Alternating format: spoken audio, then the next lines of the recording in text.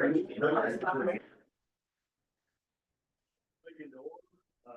everybody to the meeting tonight. If you would, please make sure your cell phone devices have been silenced.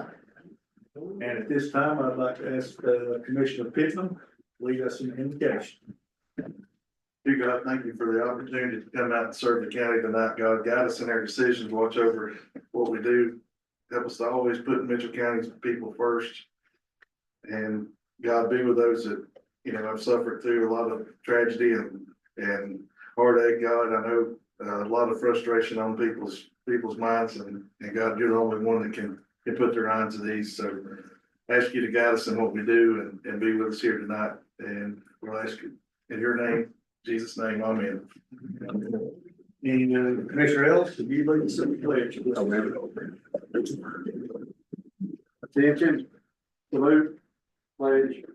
I pledge allegiance to the flag of the United States of America and to the republic for which it stands, one nation, under God, indivisible, with liberty and justice for all.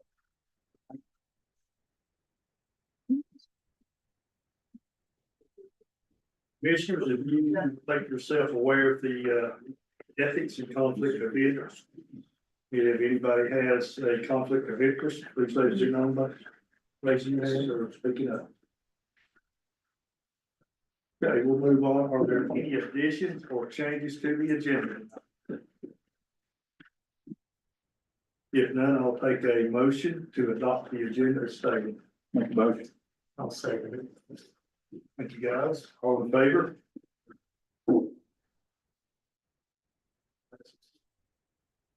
Approval of the minutes.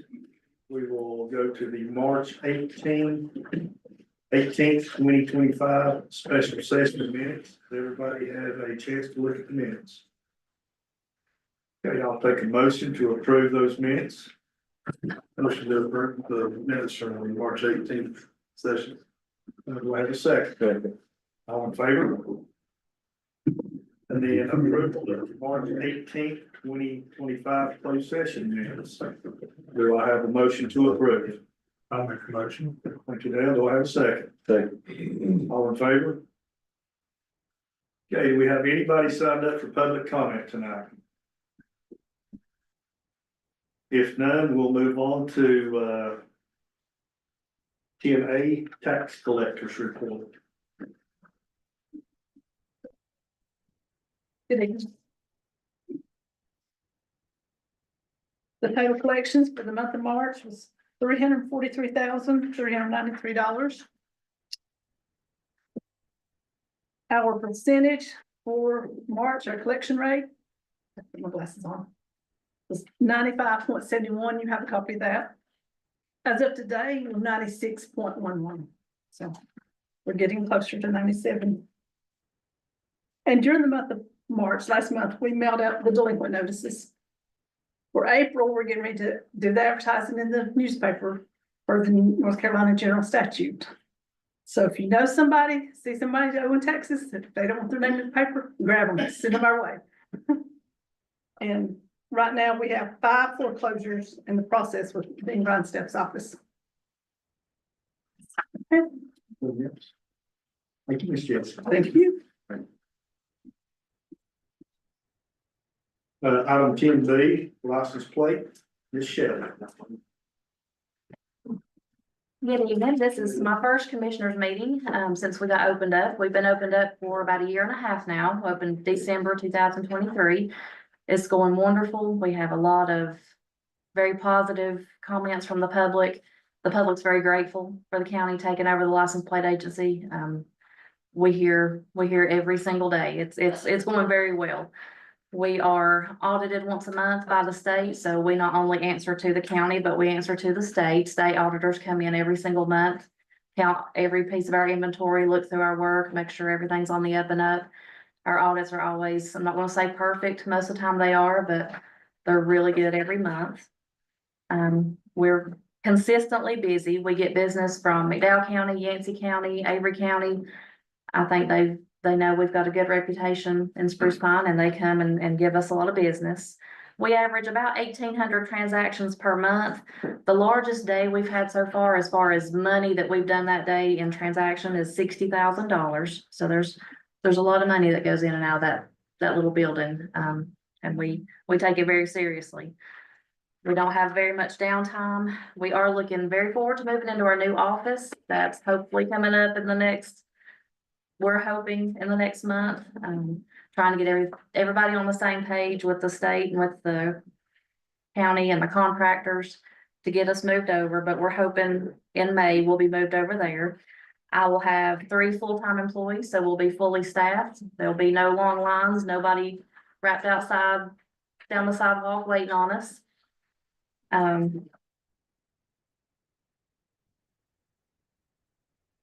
What I would like to do after we've been in our new office, after maybe about a year and getting settled in, is either send myself or one of my staff to have some additional training so that we can do IRP accounts, which would tremendously help the dump truck businesses in our county. They're currently having to drive to Asheville, Morganton, Charlotte to get their business done that they need to do. And that would bring more money into the county by us being able to help those dump truck business owners.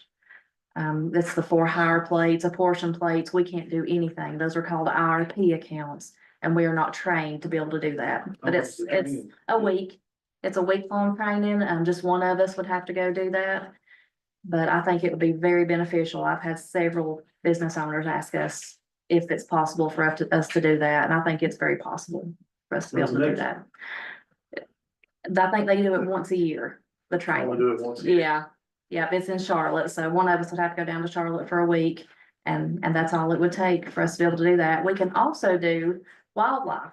We can get trained to do boat registrations. Right now, all we can do is like boat trailers and the trailers itself, jet ski trailers, but we can actually be trained to be able to do the wildlife, to the actual hull and the motor and the titles for boats. So that, I think that would be something else that could bring some additional funds into the county. Do you have any questions for me about the tag office, the license plate agency? Only one thing, when you make your transition to your new office, will there be any downtime? I've not got a clear answer on that yet. I'm working on it, but I'm assuming there's gonna have to be at least a day, maybe 2 days to get all of everything transitioned over. Yeah. But I've not received a clear answer from Raleigh about that. I've asked a couple of times and still waiting on an answer. And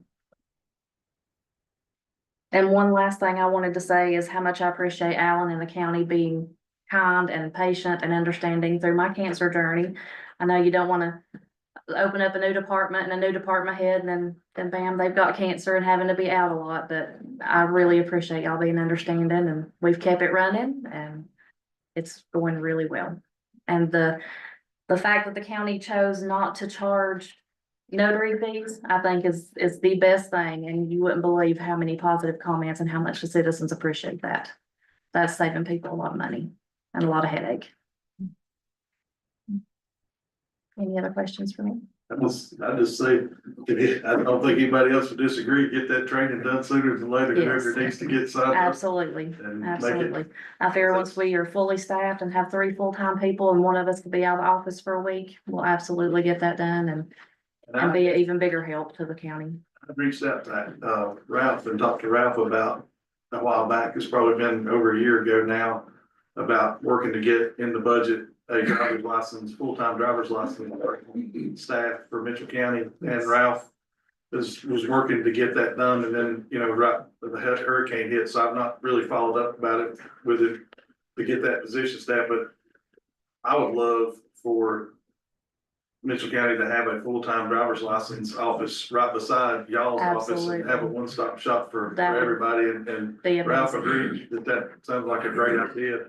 So I'll take that as an action to follow up with him and see Perfect, that would be amazing. where we're at with that. Cause I hadn't aggravated him about it since the hurricane, so. It's very needful. Very needful. I'm glad you're here. Thank you. You're looking good. Well, thank you. I'm feeling good. Yes, sir. I'm doing much better. Good, Doing well. and good job. Thank you. I appreciate it. I love my job, and for a DMV employee to say that, you probably think they're crazy, but I really do. I really love my job. Thank you. Thanks. Thank you. Okay, we'll move on to 10C, Ms. Kate Bowman. All right, so I might jump on there. Okay.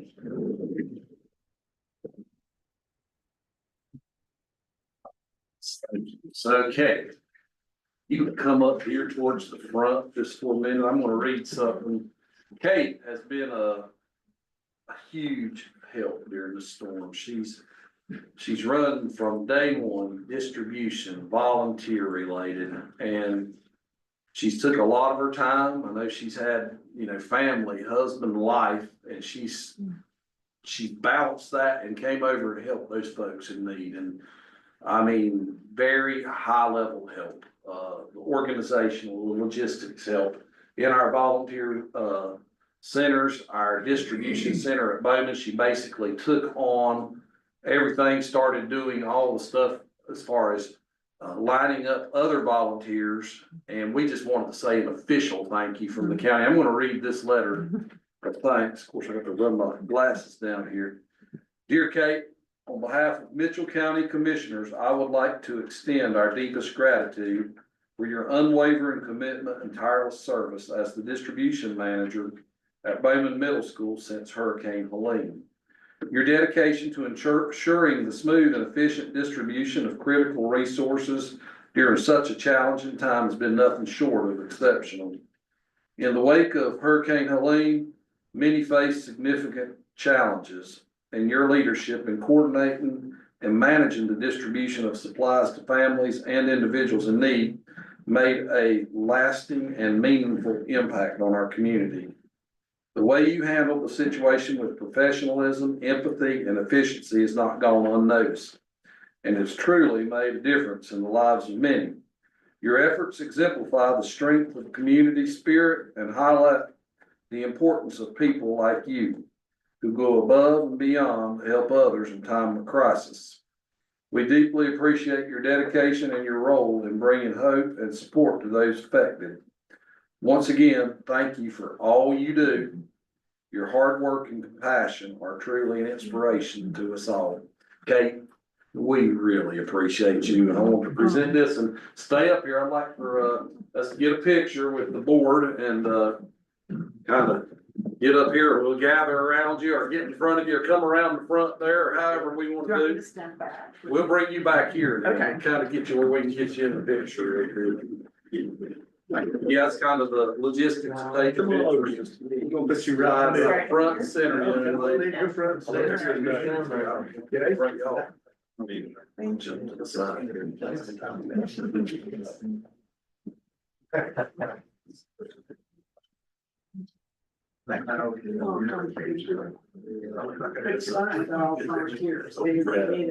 I had a fabulous crew.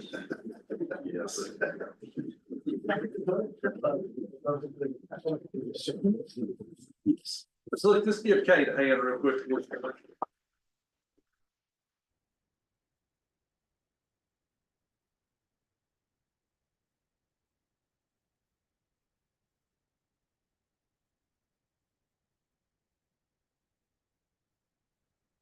Okay, this one is also very important. I think we all realize the destruction and then the sacrifice.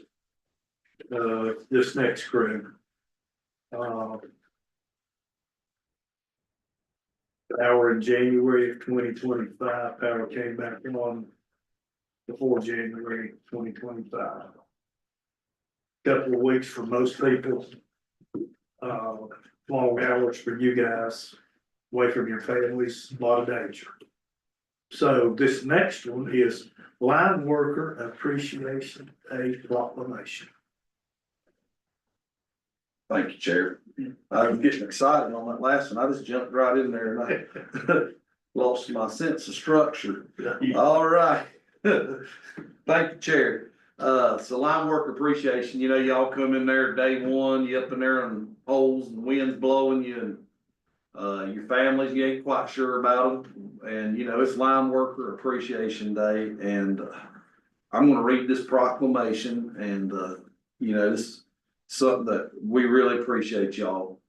We want you to know that.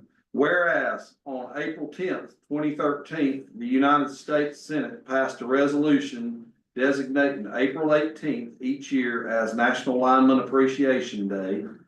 And whereas the profession of electrical line workers is built upon strong personal, family, and professional traditions. And whereas line workers are often first responders during storms and other catastrophic events, working diligently to secure the area for public safety personnel to return the vital electrical power to our communities. And whereas these dedicated men and women work with thousands of volts of electricity atop power lines, often in hazardous conditions, 24 hours a day, 365 days a year, risking their lives to ensure a reliable energy supply. And whereas line workers frequently operate in dangerous remote locations away from their families to construct, maintain, and repair critical energy infrastructure across the state of North Carolina and the United States. And whereas these professionals must combine technical knowledge, physical strength, and ingenuity to overcome the daily challenges they face. And whereas Mitchell County expresses its deep gratitude to these skilled and courageous line workers who brave hurricanes, ice storms, floods, and other natural disasters to maintain and protect our community's energy grid. Now therefore, the Mitchell County Board of Commissioners hereby resolves and declares Friday, April 18th, 2025 as Line Worker Appreciation Day in Mitchell County. Furthermore, the citizens of Mitchell County are encouraged to recognize and celebrate the dedicated service of our line workers and to extend their appreciation for the vital role they play in keeping our community safe and powered this 7th day of April 2025. I guess we'll have to do a motion on that, Chairman. You'll have a motion? Make a motion. You'll have a second? I'll second it. All in favor? Approved. Then we'll get a picture. Guys, come on up. I'll let you come on up here, squeeze in. Yeah, we can get you on the front there. Turn around right here and smile real big. If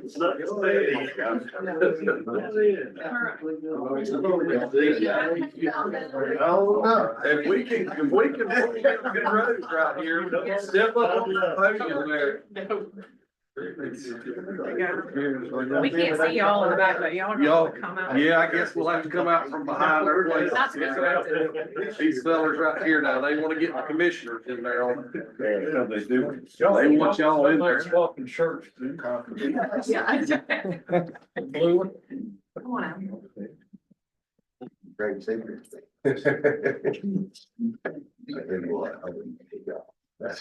We know one of your good secrets, we're just trying to get it. There you go. Come up there, Louis. That's good. Living. Thank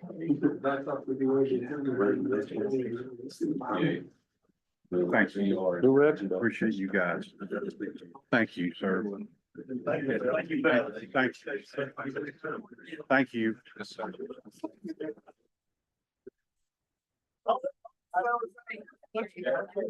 Hey, thank you very much. Thanks for what you do. Thank you, sir. Thank you. Thank you. Appreciate y'all being here tonight. Thank you, sir. Thank you. Get you again. Oh, sorry. Be careful. We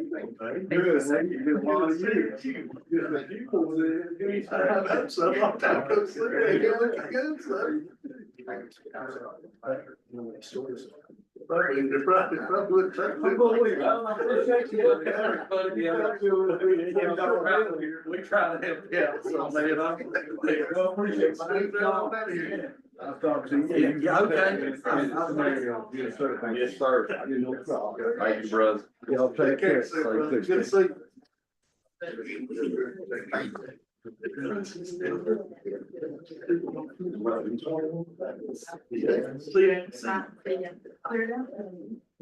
And we'll move on to 10E.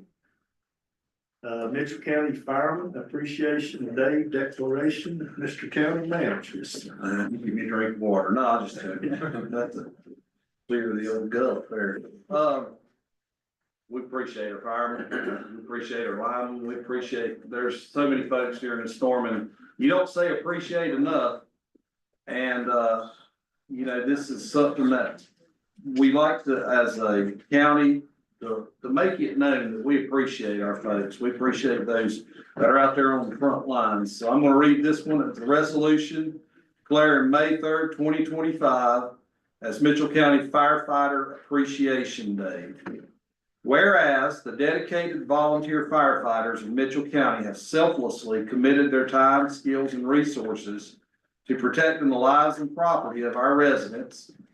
And whereas the volunteer fire departments in Mitchell County played a crucial role in assisting citizens during Tropical Storm Helene, demonstrating extraordinary courage, resilience, and dedication in the face of adversity. And whereas these firefighters continue to work tirelessly to prevent and combat fires, ensuring the safety and well-being of our communities through their unwavering service and commitment. And whereas it is fitting and proper that we set aside a special day to recognize and express our gratitude for the invaluable contributions of our firefighters who place themselves in harm's way to protect others. Now therefore be it resolved that Mitchell County Board of County Commissioners hereby declares May 3rd, 2025 as Mitchell County Firefighter Appreciation Day in honor of the bravery, dedication, and sacrifices made by the firefighters who serve our county. And be it further resolved that the citizens of Mitchell County are encouraged to express their appreciation and support for these courageous men and women who serve our community selflessly.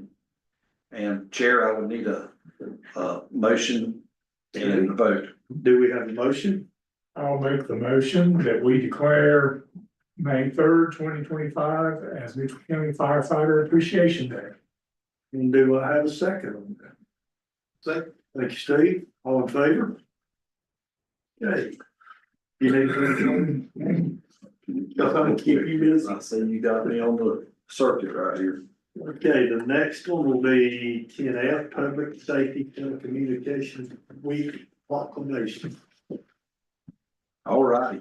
And so the month of April and early May, we're really showing appreciation for those who's on the front lines, and our telecommunicators get the first call many times, and their job is very stressful. They're working with folks in dire situations. And I'm going to read you this proclamation of Public Safety Telecommunicators Week. Whereas public safety telecommunicators are a vital component of our emergency services, serving as the first point of contact for individuals in distress and often being the difference between life and death. And whereas these professionals are trained to manage high-stress situations, coordinate emergency responses, and communicate critical information to law enforcement, fire departments, emergency medical services, and other agencies.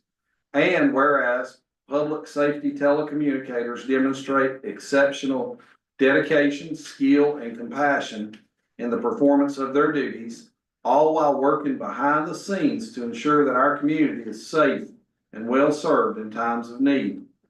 And whereas these unsung heroes work tirelessly around the clock to protect and serve, often without public recognition, but with steadfast commitment to the safety of our citizens. And whereas the week of April 13th through 19th, 2025 has been designated as National Public Safety Telecommunicators Week, a time to celebrate the contributions of these professionals and raise awareness of the critical role they play in our communities. Now, therefore, the Mitchell County Board of Commissioners proclaim the week of April 13th through 19th, 2025 as Public Safety Telecommunicators Week in Mitchell County, and encourage all citizens to recognize and honor the dedicated men and women who serve as public safety telecommunicators this 7th day of April 2025. And Chair, that would need a motion and a vote. Do I have a motion? Make a motion. Thank you, Steve. Do I have a second? Second. All in favor? We just supposed to. You got anything? Okay. 10G, Child Abuse Awareness Proclamation. So yes, this month is Child Abuse Awareness Month. And you might see some buildings lit in blue to signify that. So just understand that and you'll hear some things on that. So Child Abuse Awareness Month, whereas child abuse and neglect impact millions of children each year, affecting their health, development, and future. And whereas preventing child abuse requires the efforts of individuals, families, and communities working together to create safe, supportive environments for all children. And whereas April is recognized as Child Abuse Awareness Month, a time to raise awareness and promote action to protect children from harm. And whereas we honor the organizations and professionals working to prevent child abuse and support affected families. Now therefore, the Mitchell County Board of Commissioners do hereby proclaim April as Child Abuse Awareness Month in Mitchell County, urging all citizens to take action to ensure the safety and well-being of our children, the 7th day of April, 2025. And Commission Chair, that would require a motion and a vote, sir. Do I have a motion? So moved. Do I have a second? Second it. All in favor? Okay, it gives me great pleasure to move on to 10H. Ms. Norma Duncan. If you want to. Then us and give this board the information you have for your agency. And I'm so glad you're here, Ms. I really appreciate you giving us time to bring you up to date as to where we are. And Ruth Ann and I will be around to answer any questions that you might have regarding the information that I'm sure you all read that I brought earlier. I'm sure you've read that and I'm sure you've got questions and we'll be happy to answer those. I'm not going to go over all that information. We met at the Capitol Building in Raleigh in March, and that was a treat. I can see now why they made a new Capitol Building for meetings, because those were the hardest chairs I've ever sat on. But it was nice to have all that history around us while we had our meeting. Our 2025 and 2026 agenda includes 8 priorities, although I've been informed today that instead of priorities, we call it legislative agenda goals. So I will refer to those as goals. We have combined 3 of those that were on the front page.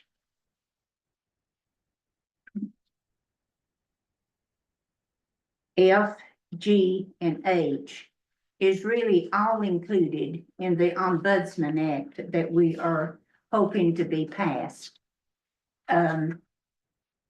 Long-term care ombudsman program, healthcare workforce crisis, and nursing home staffing standards all fold together to make it a successful program. House Bill 343, funding for ombudsman, was filed on the 20th of March. It included appropriations for 2026 and 2027 fiscal year to support the operational expenses. Fundings for 9 additional regional full-time ombudsmen, and I'm sure that you all are very aware that we need more than 1 ombudsman for our 7-county area. And then also an appointment of an oversight committee to study and make recommendations.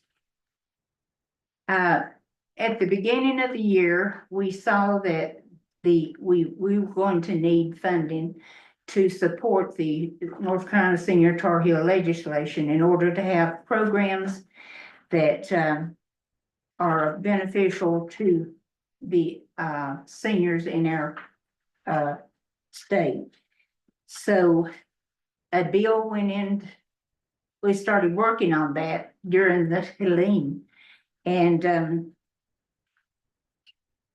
House Bill, no, Senate Bill 486 is the bill to support the funding for appropriations for North Carolina Senior Tar Heels.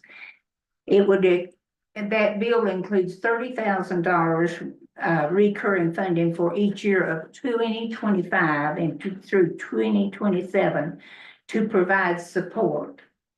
This bill has been referred to the Senate Appropriation-Based Budget Committee. And this is good news because that means it's been read twice.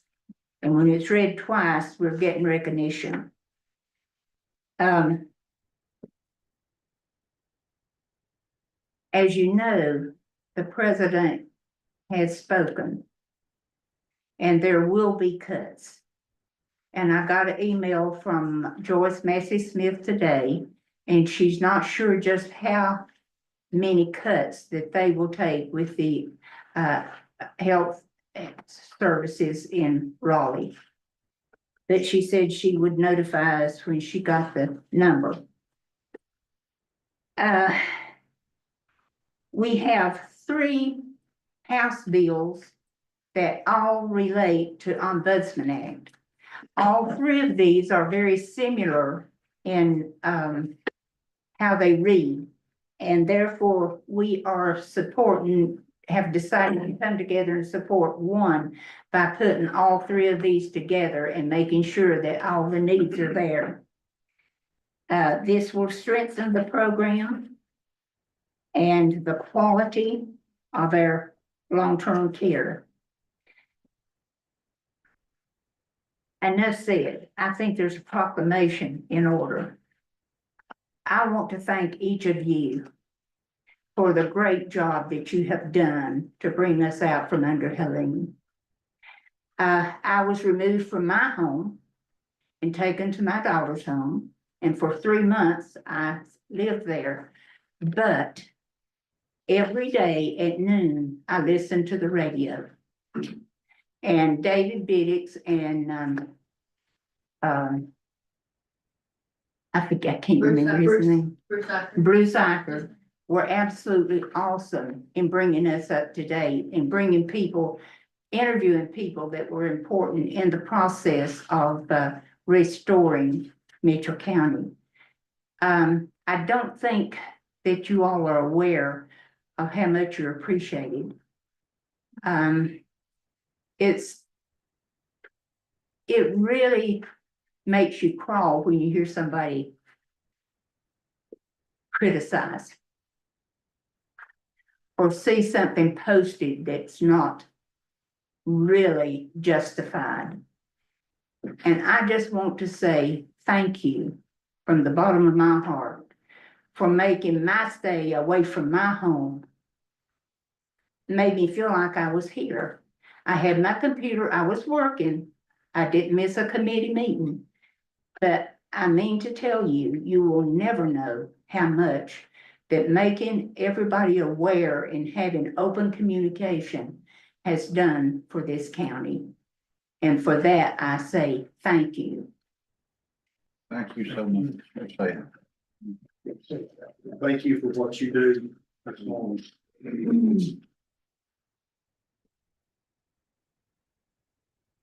We now go to board reports.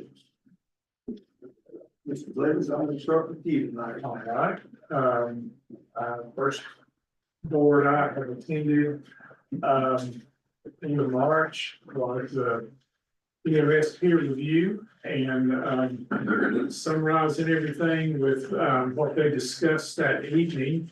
There are still quite a few paramedic classes going on here in Mitchell County locally.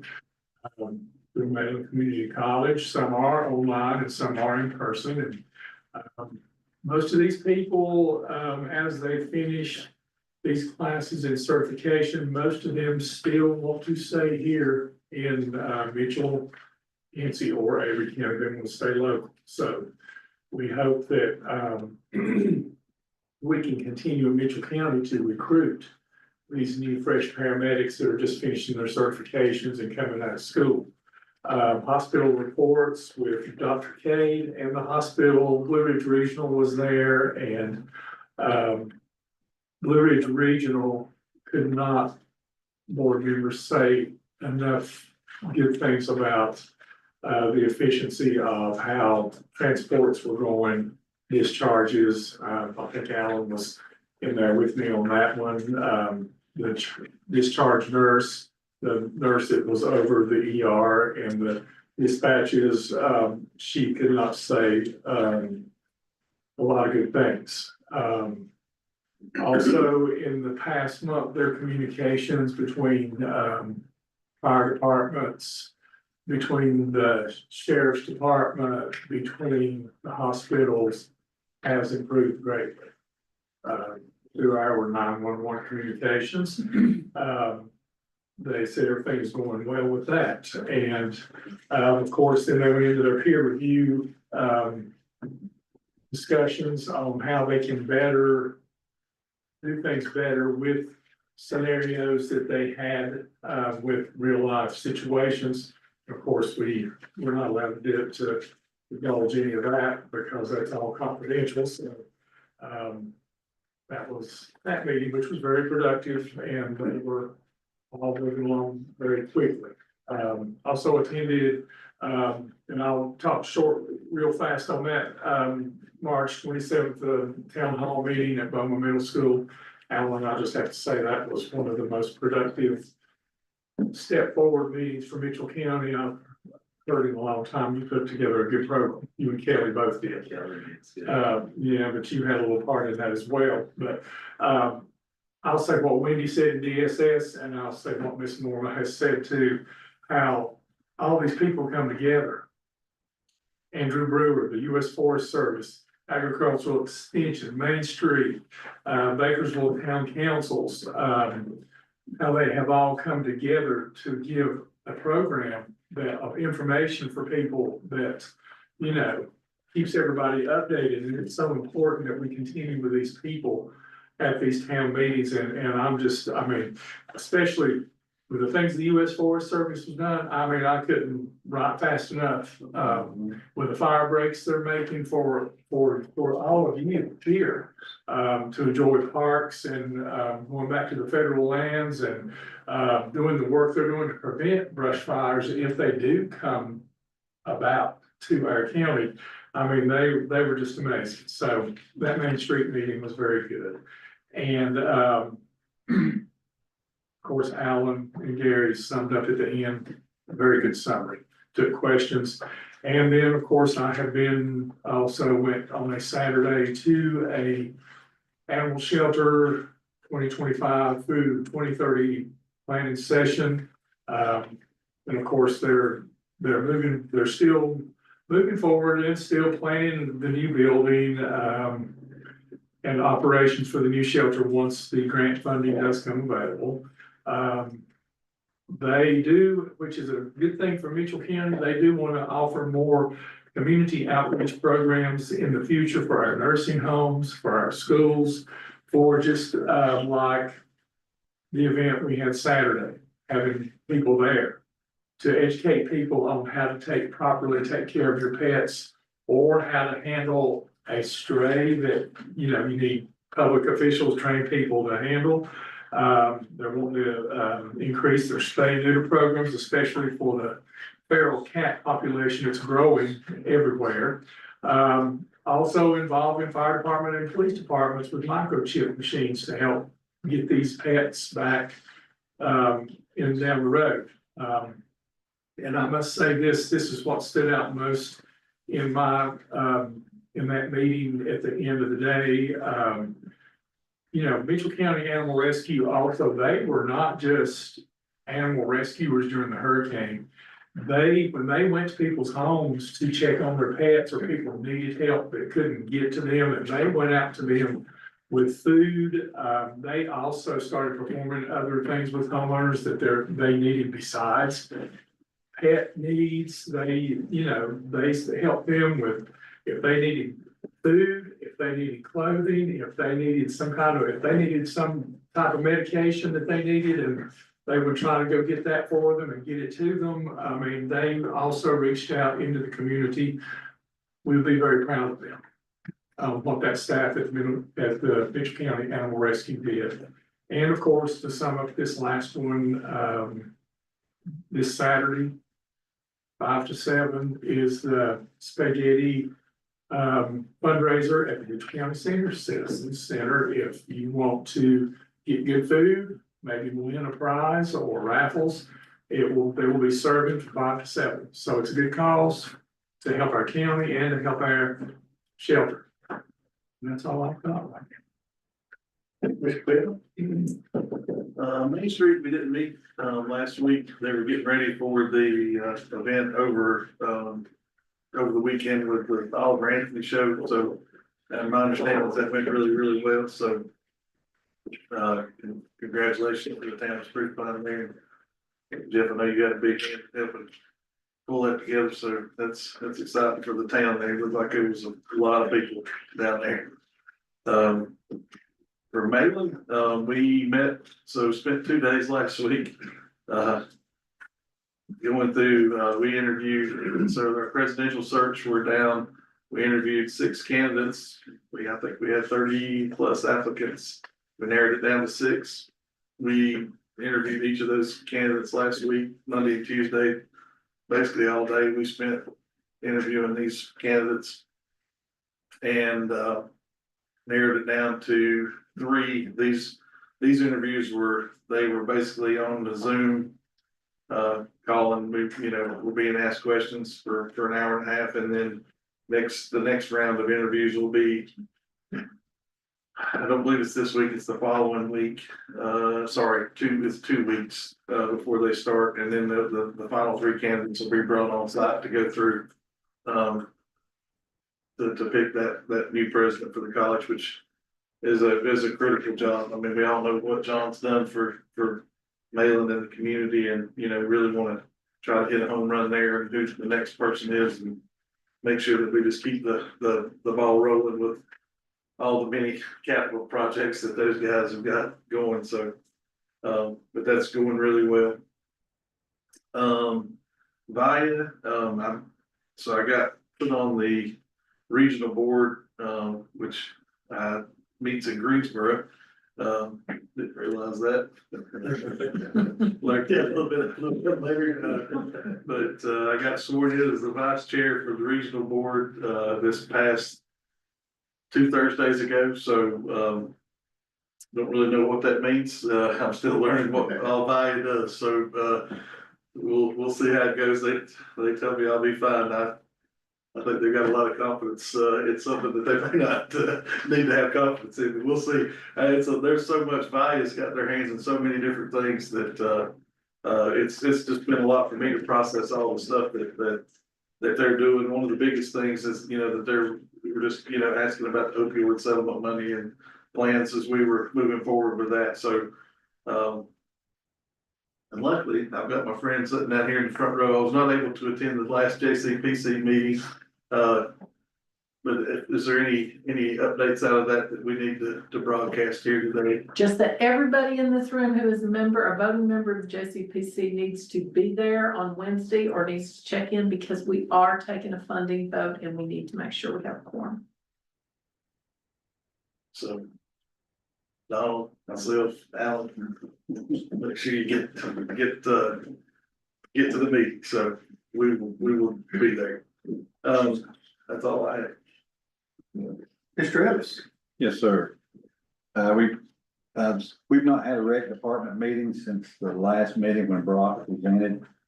But Alan and Mavis and myself attended the fire association meeting, and they are continuing to prepare for the spring fire season and really concerned about the fall.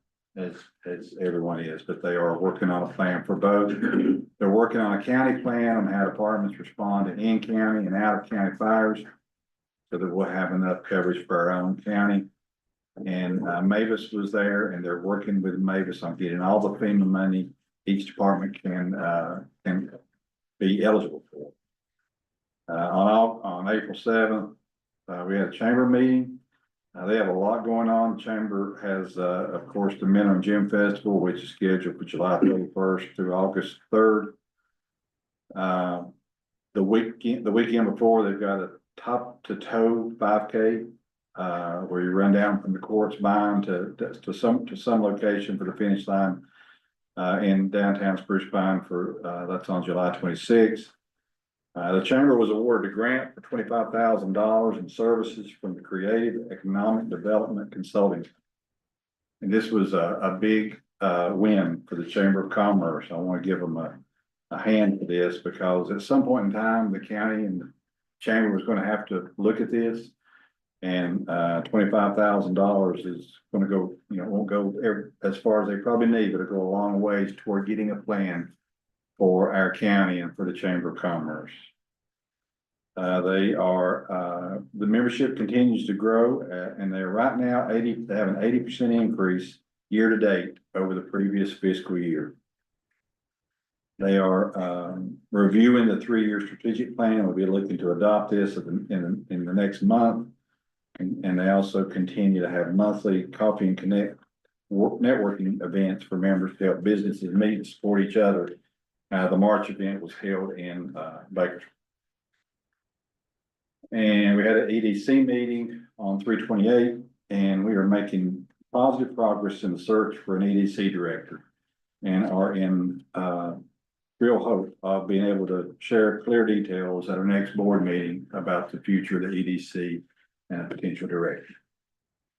That's all I had to share. Thank you, Lee. Okay, I had an opportunity to meet with Ted Budd. When he came to tour the Baptist on a Mission at the primary school. Very uplifting, very concerning, and very honest. They're trying to get funds pushed through. Federal government is very slow. We are one state, so they're trying to convince 49 other states. So it's a little bit of a process when you start moving and trying to get people to see the need on a federal level. I was not able to go to the town hall meeting because Steve and I had an opportunity with meeting Governor Josh Stein over in East County. Thought it was very good and very productive. I think at the end of the day, he basically asked everybody in the room, what are your needs? How can we help you? And, he was aware of fire mitigation, small business needs, private roads and bridges. I mean, all that was discussed, it's being discussed. And, I think the common denominator in the room, and Steve, you correctly, not right, but was infrastructure. The needs for, county and or town, and I think Steve had a good example, Spruce Pine makes $50 million to put back their wastewater treatment plant to 100% working stage.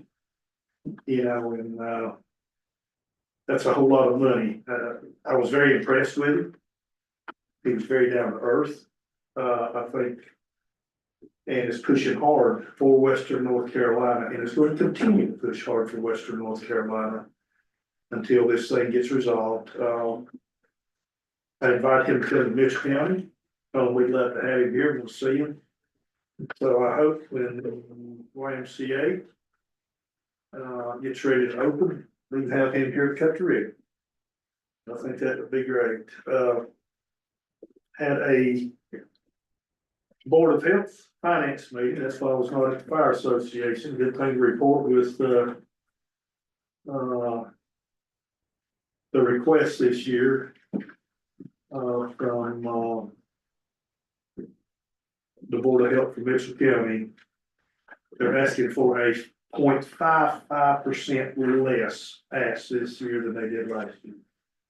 So they came in over budget.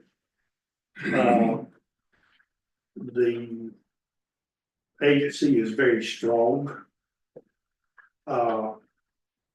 In what they're doing.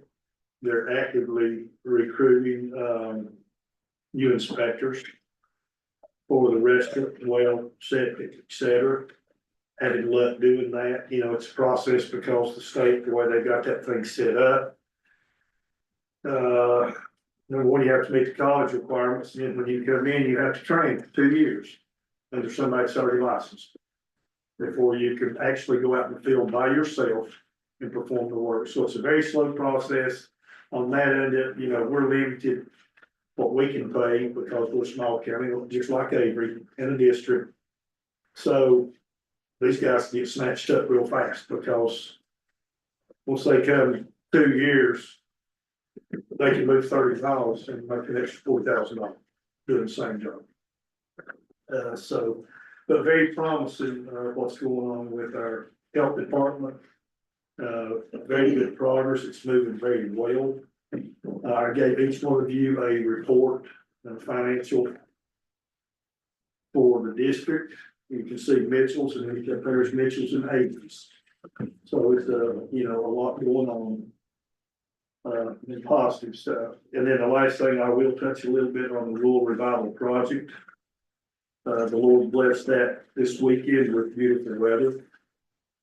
At any given time, you had 5,500 people in downtown Spruce Pine. Can confirm 3,250 people on Lower Street for the concert. And this was a huge undertaking. I want to commend Casey Cook with Spruce Pine PD. He put all law enforcement together. Inside, outside agencies. Not one confrontation, not one arrest. For that many people in a small space. Be very proud of Mitchell County and Emergency Management. Andrew and his team did a heck of a job. Having a command center there, monitoring everything, helping us get set up, closing roads, and had Swiftwater rescue team there. EMS was on site, the 2 trucks and quick response vehicle, Spruce Pine Fire and Rescue. Given, you know, was there, in those situations that they had to address.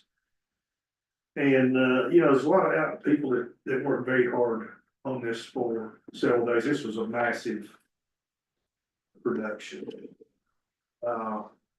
And when I decided to help, I didn't realize how massive the production was, guys. I mean, it was huge. The chamber was on board. Mitchell County Foundation League was on board. I had 30 volunteers. Most of those volunteers were on the streets at 9 a.m. They left at 10 p.m. That's a heck of a long day, guys. And at 87 degrees and you're working. So, had a review with their team this morning. They were very pleased and bragged on Mitchell County and how the event was handled. I don't have any financial numbers yet. I'll know those in about 2 weeks. What I can tell you, I talked to people from California, Texas, South Dakota, Alabama, Arkansas, Ohio, Florida. Personally talked to them, but came here just for this, stayed here, spent money here. And you talk to those people and they say, we're gonna come back. We're gonna bring a family here. We're gonna come on vacation. But the rural revival project was such a success. They want to make it, commit to 5 years. For 2-day event for 5 years. And 4 bands were there counting the main band. None of them got paid. They got their expenses taken care of, and that was it. Expenses and lodging. didn't ask for a dime to, pull this production off. And after the production cost is taken care of, all proceeds will go to Mitchell County Developmental Foundation for grant money to go throughout the county and to downtown Spruce Pine Main Street for that project also. So, I just wanted to say, you know, we need to be very proud of, all of our folks that worked in the county. I mean, you talking about a valuable job, and I've never seen, well, transportation, I left that transportation. I've never seen 3,500 people empty and be transported back to their vehicles at whatever parking lot they were in. I mean, that many people moved in about 30 minutes. And transportation did a heck of a job. So, but you have that many people, Donald, in an isolated location. And, you know, they're there from all backgrounds and all different sectors, and they're wanting one situation. I think that's pretty good, don't you? So that's my report. And we'll move on. If I can find my paperwork, there it is. Okay, items for discussion, we'll go to 11A, Freedom Life in Mitchell County. So, Last meeting, there was some discussion about maybe moving forward. You talked about, there was some discussion and some presentation. I think we were going to follow that up with a board vote. okay. Are there any discussions, any questions, anything that wants to be said by any board members sitting here before we move on with this process? Any comments from anybody? Okay, well, I have a motion to invite Freedom Life to be part of Mitchell County. I guess that's a good way to. That grant, yes, we just wanted to make sure that grant was participating in and part of Mitchell County included in the grant. I think to be more specific. I think the grant was already included, so for us to be involved in getting that grant, Freedom Life must have an office and be part of Mitchell County that we ask them to come into Mitchell County with their program. I'll make motion, Chair. Okay, do I have a And second? I will second that motion because I feel very strongly for this program. Okay. All in favor? It passes, so. We will let, the team from Freedom Life know that we're ready to move on. Thank you very much. This is something that could benefit our inmates in McDowell County Jail and give people a place to go if they need help. An office. Celebrate Recovery does a good job, but we need somebody there all the time. And you know, they're volunteers, and sometimes people have to be paid for what they're doing. I was talking to Link there just before this meeting. I think he said there was roughly 80-some hundred inmates in the state of North Carolina. And the statistics say that over 50% of those inmates, once they're released, will end up back incarcerated again. And he was telling me that McDowell County, with this program, their number is actually down into the low 20% range. Is how much that this program's affected that. So that's pretty encouraging, you know?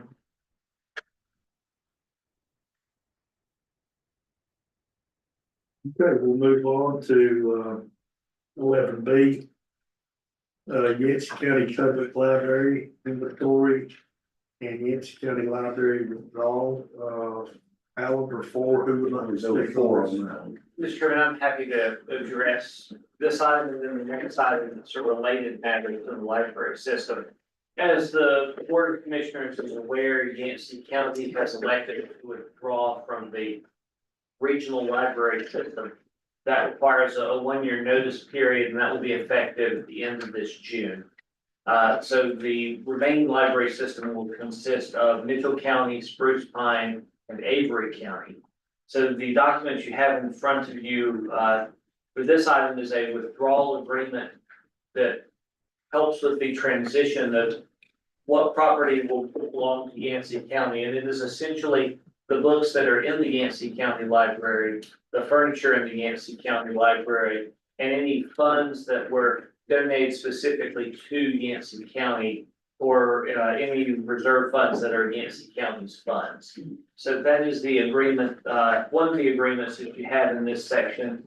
The other is the fact that our regional library central offices are located in Burnsville in Yancey County. And the regional library system is looking for a place to be here in Mitchell County. However, until they do so, the building belongs to Yancey County and they have agreed to lease it to the library system, or rather to Avery, Spruce Pine and Mitchell County for a 1-year period rent-free as part of this transition. So we're going to get a continued use of the building for a 1-year period.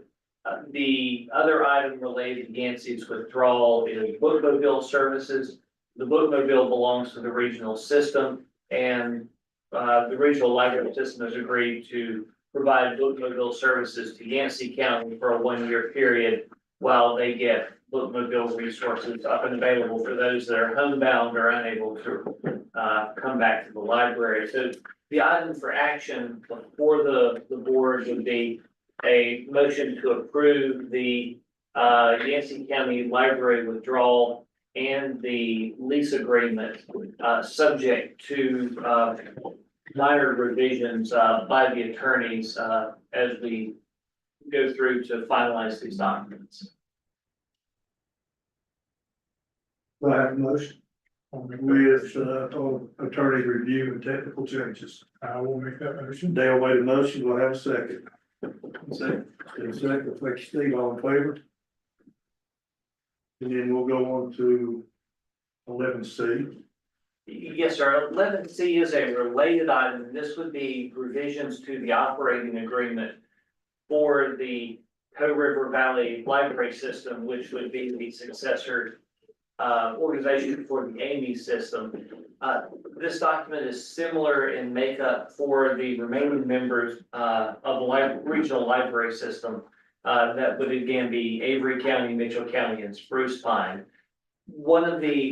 In drafting this updated agreement, one of the questions was what the board configuration should be. The draft that you have before you would be 2 members from Mitchell County, 2 members from Avery County, and 1 from Spruce Pine.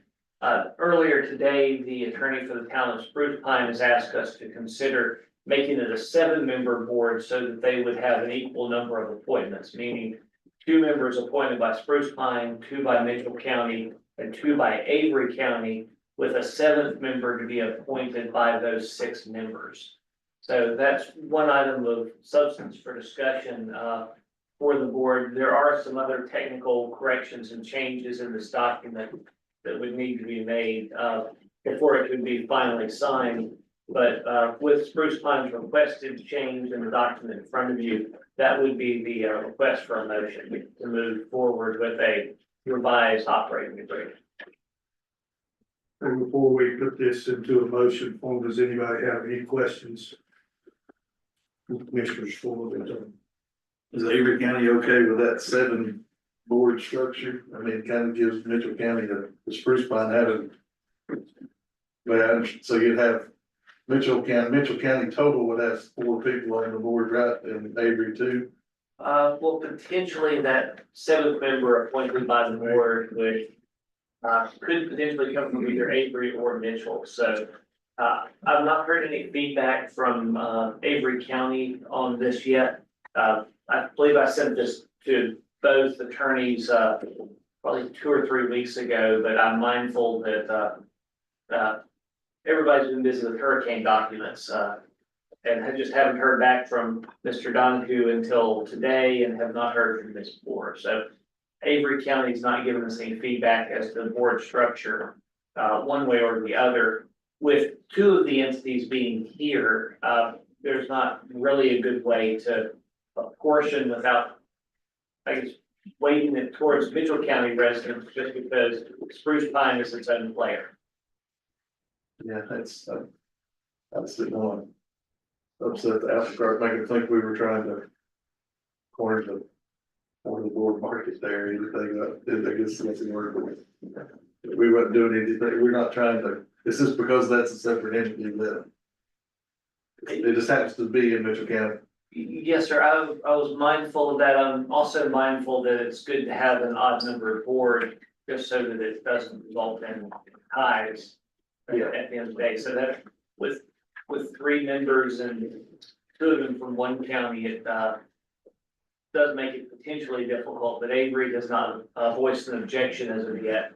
If they choose to not pass this, of course, it would come back to you, or we need to negotiate further, but with a June 30th conversion date, Mr. Cook and I thought it was good to put it in front of you. Yes. Any other questions? Anybody else? We need a motion. You need to open this board tonight on the members.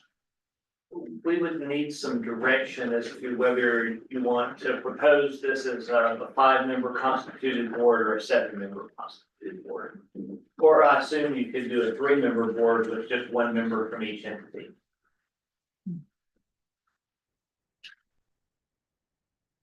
Discussion, guys, questions? They asked for 7, right? They were hoping to. First time, First time is after 7. the labor's not responded yet. I'm saying they try to meet the needs of Bruce Pine wants that. As long as it's in an odd number. I think, still needs to be an odd number, no matter what. Yeah, it's gotta be an audit. Good, Lee? Yes. Okay. With that being said, I'll need a motion and a second on this, on attorney review and technical changes, please. So I'll need a motion on the Tug River Valley Library System interlocal agreement. Make a motion to move forward with that agreement. Okay, need a second. I'll second All in favor? Thank you, guys. Not to exceed for debris monitoring, Mr. Kevin Manager. Yes, sir, Commissioner Chair. So we're always, as we remove debris, the price model goes up. So, you know, like they do a not to exceed up to 2 million, then they get up to 2 million and they bump it up to 4 million. So the not to exceed kind of moves with the project. So you're gonna see several of these coming through. And so, on this not to exceed, that was for debris monitoring. And debris monitoring basically allows for, FEMA to reimburse that debris that's moving. So you have 2 players, that are in the debris business side by side, but neither one are associated with each other. So you have a debris hauler, and they remove the debris and they haul it, while another vehicle sits there with a debris monitor. And that monitors quantifying and doing reporting data to show that the totals being reported by the debris removal folks are in line with the requirements and the type of debris that they're getting, and the way they're going about getting debris is in line for what FEMA reimburses. So when you have debris going on after a disaster, you're gonna have 2 players. It's gonna be a debris removal and it's gonna be debris monitoring, and we're adding another 1.5 million on in the NTP letter. In the NTP letter, the estimated cost of debris monitoring is 1.5 million. Mitchell County agrees to amend the NTP email to increase the not to exceed to 2 million. And so there will be a motion needed to sign and move forward with we're increasing the not to exceed amount to 2 million. Okay, do I have a motion?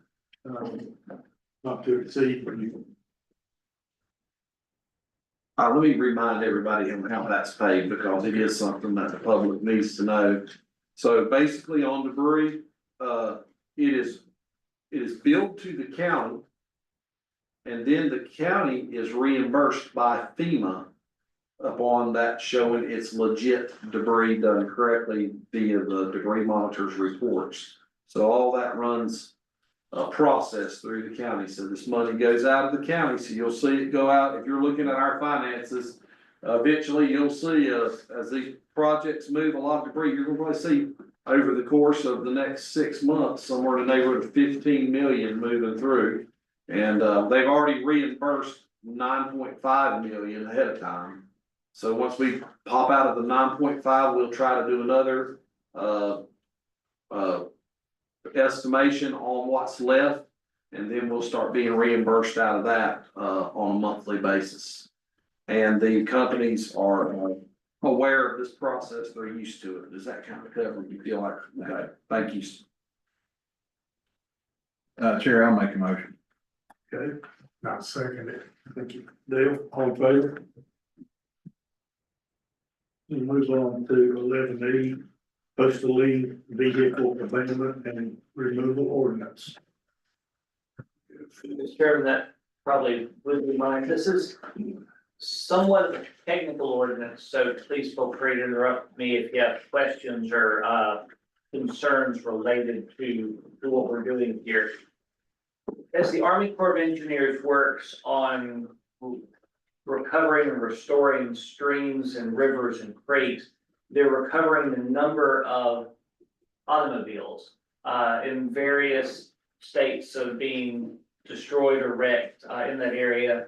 And part of the question that has come up from the Army Corps and also for our reimbursement through FEMA is, what do we do with these vehicles?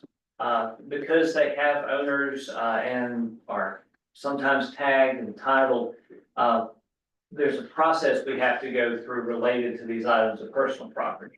It's different than if you recover a refrigerator from the river, the odds of finding whose refrigerator that is probably very low.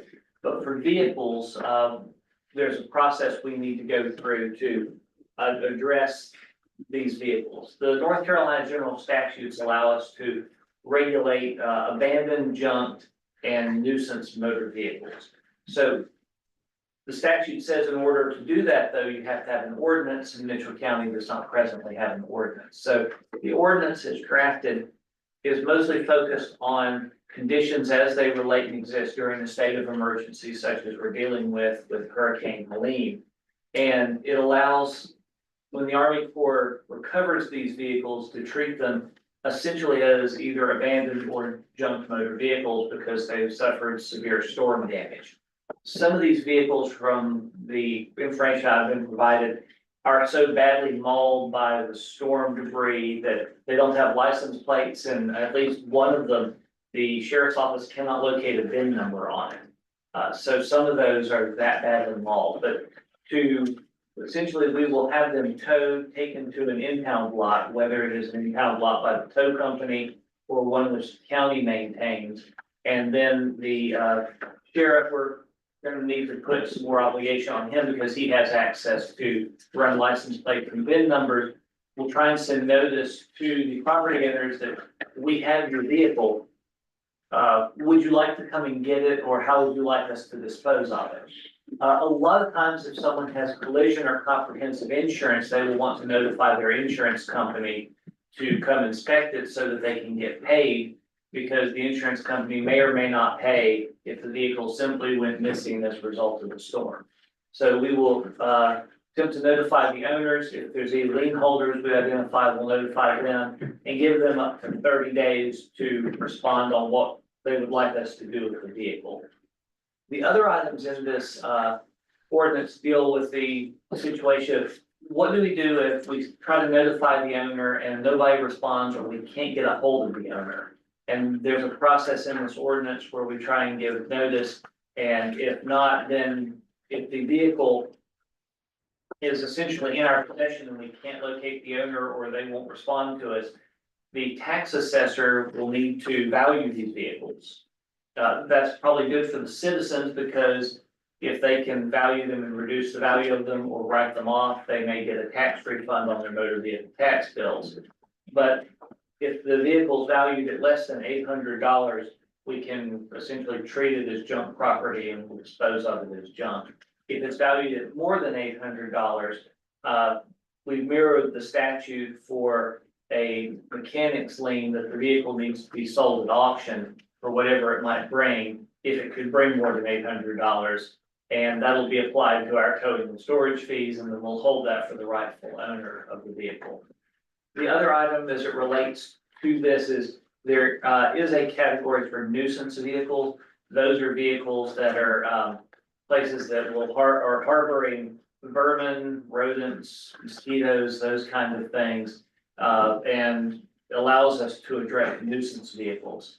This ordinance is tailored towards state of emergencies as to our recovery and dealing with vehicles. I will say it does not prohibit people from keeping junk cars on their property. If someone has their grandfather's old Studebaker and it doesn't run, we're not interested in that. This is only things that are abandoned in the public waterways or the public right of ways, or that are somehow a nuisance.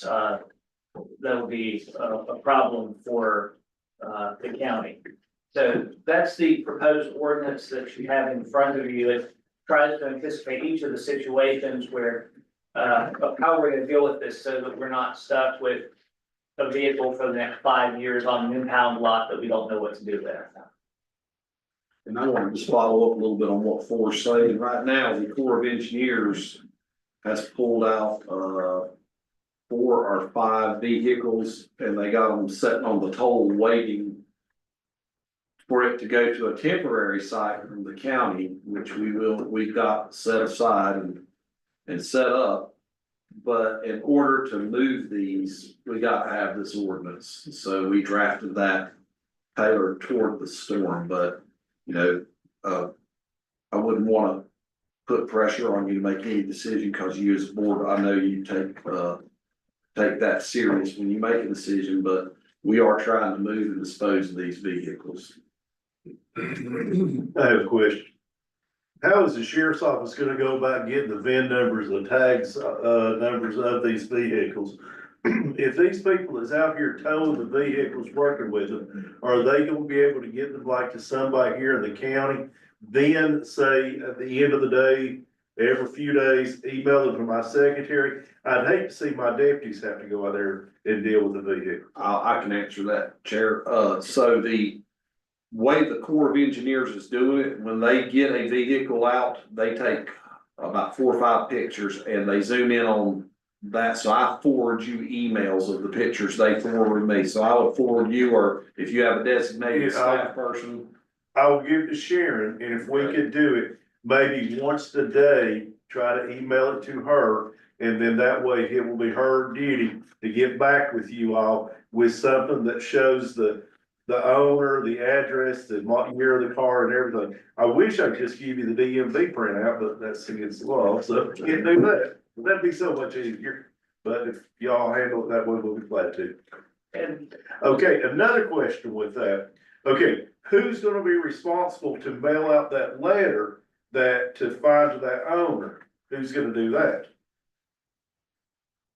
Mr. Chair, as the ordinance is currently written, it is either the sheriff or sheriff's designee, who would relate to that item. And these vehicles most likely are the ones that go to our county staging lot.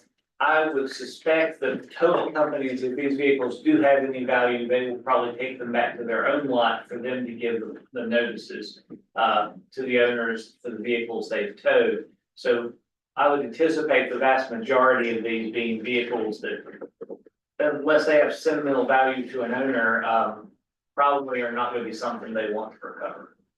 Could you get me a form letter that we could start with and then to be able to mail it out? Yes, sir, I'd be happy to do that. Okay, and once we mail it out and we don't hear back from the owner, how long are we gonna give them for that? By statute and by ordinance, we have to give them 30 days. 30 days? Yes. Okay, who are they gonna get back in touch with? Is it gonna be us, the sheriff's office, or Who do you wish to designate to do that, sir? Alan Cook? No, if they need to contact my office and talk to my secretary, we'll be glad to take that duty on. Yes, sir. Okay. Well, I was gonna budget you out another man, but I guess. Okay, any more questions, comments from the board? Okay, we'll have a motion on the, vehicle abandonment and removal ordinance. Make a motion. Motion by Steve, do I have a second? I'll second it. Thank you, Dale, all in favor? All right, item 11F. Inspections Department. Yes, Chair, I want to talk to you a little bit about, so it come to attention that on the 6 month period, we started bringing back old inspection fees. And some of the folks that were doing the work said, hey, we'll put that on pause a minute, we'd like to take that for another look. So basically in Mitchell County, it takes a little while for us to get contractors. It takes, you know, we don't, sometimes you're a year out on a waiting list and everything. So we had a policy prior to about the 6 month period, which was March 27th, that said Mitchell County shall waive inspection fees during the state of emergency from Tropical Storm Helene with the total cost of project under $250,000. When a project exceeds $250,000, regular inspection fees will apply. So that recently went dead at the 6 month, and we were copying a few of the other counties on that. So then some of the counties went back. So I'm gonna read you what other counties are doing, because I had our inspections do a little bit of research. Up for vote will basically be, do you wanna continue to waive inspection fees? Or if so, under what circumstances? So that's as I'm reading this, you can kind of think about what you want. And, you know, we work at the will of the commission board because y'all are the vote of the people. So you tell us what you want and we'll work with that. So in Avery County, they're waiving fees with proof of storm damage. Typically, proof might be a FEMA document or a insurance document, something to show there's bona fide storm damage from Tropical Storm Helene. Asheville charging fees as normal. Buncombe County charging fees as normal. Haywood charging fees as normal. Madison unavailable for comment. Marion is charging regular inspection fees. McDowell County is waiving fees and no vetting, no proof, they're just waiving them. Watauga is waiving fees with proof of storm damage. Yancey is waiving fees with proof of storm damage. So it's mixed all over. The board would need to be thinking on, do you want to keep the wording that you've been keeping? Do you want to add some wording on there to say with proof of storm damage?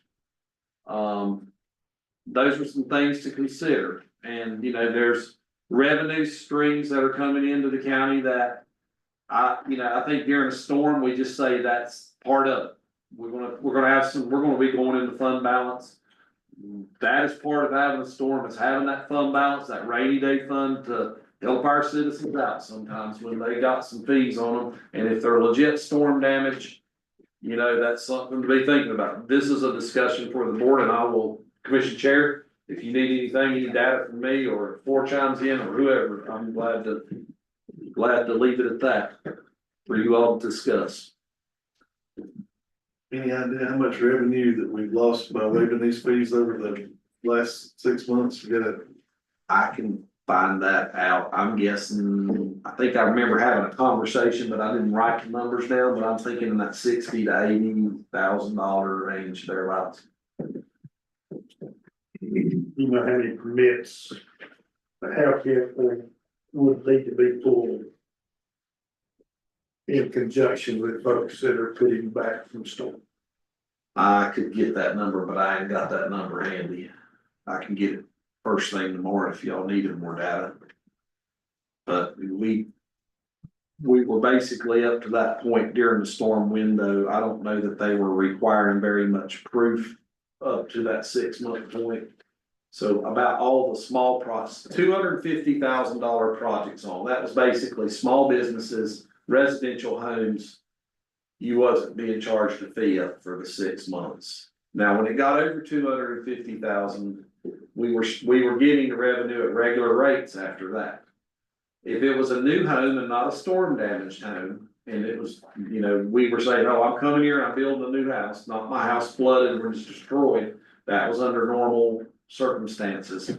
So I could run the numbers, but it'll take me a little bit to get them because they're falling around in different areas. There's some different classifications in there. It's, Any questions? I myself would like for you to go ahead and get us that data, Alan, so we can look at that and see where we are right now.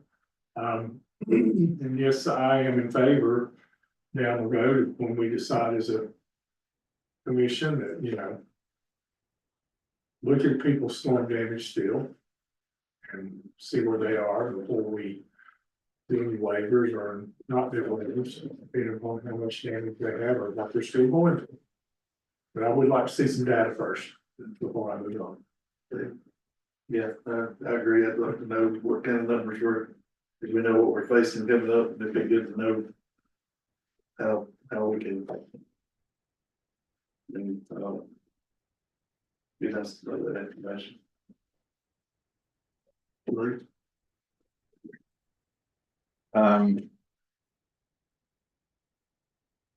So I've, like this part of the reason it's come up tonight was last week, Baptist on Mission contacted me about someone in the community that, had storm damage, had trouble getting a contractor. And, at the time they got to that point, unfortunately, they couldn't afford the building permit. So I'm gonna ask you guys to consider pausing it again. With this in your mind.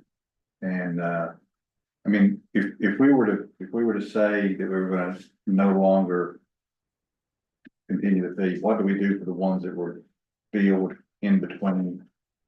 Do we go back and? We would make those right if they, it depends on how you word it. If it was with proof of storm damage, we'd ask them to bring proof. And we would reimburse during that 6-month period till now. If we said, okay, we want to think on some data and, you know, in order to keep me from having to do a bunch of reimbursements, let's go ahead and keep that policy in for 1 more month. With proof of storm damage, might be a proposal.